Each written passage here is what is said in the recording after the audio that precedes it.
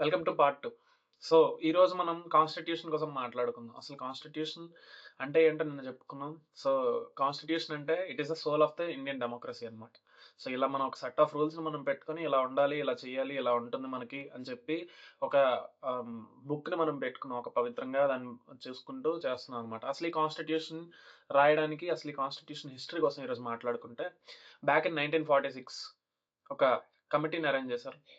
So, ఆ constituent అసెంబ్లీని arrange చేశారు. 299 మెంబర్స్‌తో కూడినటువంటి ఈ కమిటీ వేరు వేరు రిలీజియస్ నుంచి, వేరు వేరు రిలీజియన్స్ నుంచి, వేరు వేరు రీజియన్స్ నుంచి, వేరు వేరు కాస్ట్‌ల నుంచి, వేరు వేరు ఆహ్, యాస్పెక్ట్స్‌ని కన్సిడర్ చేసుకొని అందరిని అందులో యాడ్ చేసి, చాలా డిస్కషన్స్ తర్వాత కొన్ని మూల్యాంకనాలు అందులో యాడ్ చేసి దాన్ని ఒక ఫ్రేమ్ చేశారనమాట. So, it took around 3 years. ఎగ్జాక్ట్‌గా చెప్పాలంటే 2 ఇయర్స్, 11 మంత్స్, 18 డేస్.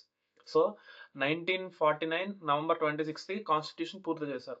సో, మనకేంటి అంటే constitution came into force in 1950 January 26థ్. So, this is the exact story behind the constitution.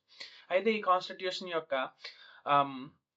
ఆహ్, డ్రాఫ్టింగ్ కమిటీ కోసం మాట్లాడితే will consider doctor B R Ambedkar as the constitution father of Indian constitution అన్నమాట. So, he is the one behind that 299 members రాశారు. అందులోని he took the major lead drafting committee chairman ఆయన.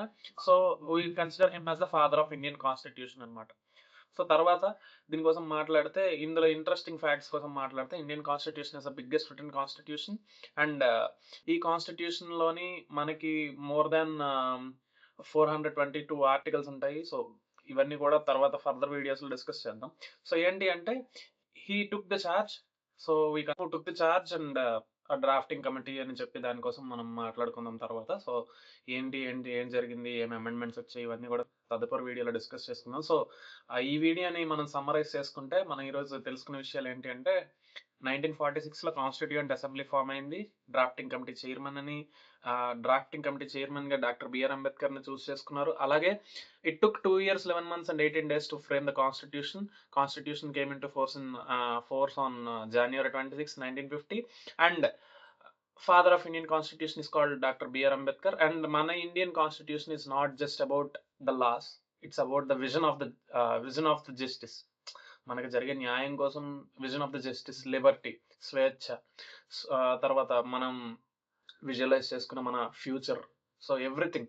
So, we have to respect the constitution, we have to read the constitution and we have to abide by the laws. మనం ఆ లాస్‌ని follow అవుతూ మన కంట్రీని ఇంకా develop చేయడానికి మనం కృషి చేస్తూ తదుపరి మనం అలా ముందుకు తీసుకెళ్దాం. సో, మరిన్ని ఇలాంటి ఇన్ఫర్మేషన్ కోసం మళ్ళీ మన ఛానెల్‌ని సబ్స్క్రైబ్ చేసుకోండి. Thank you.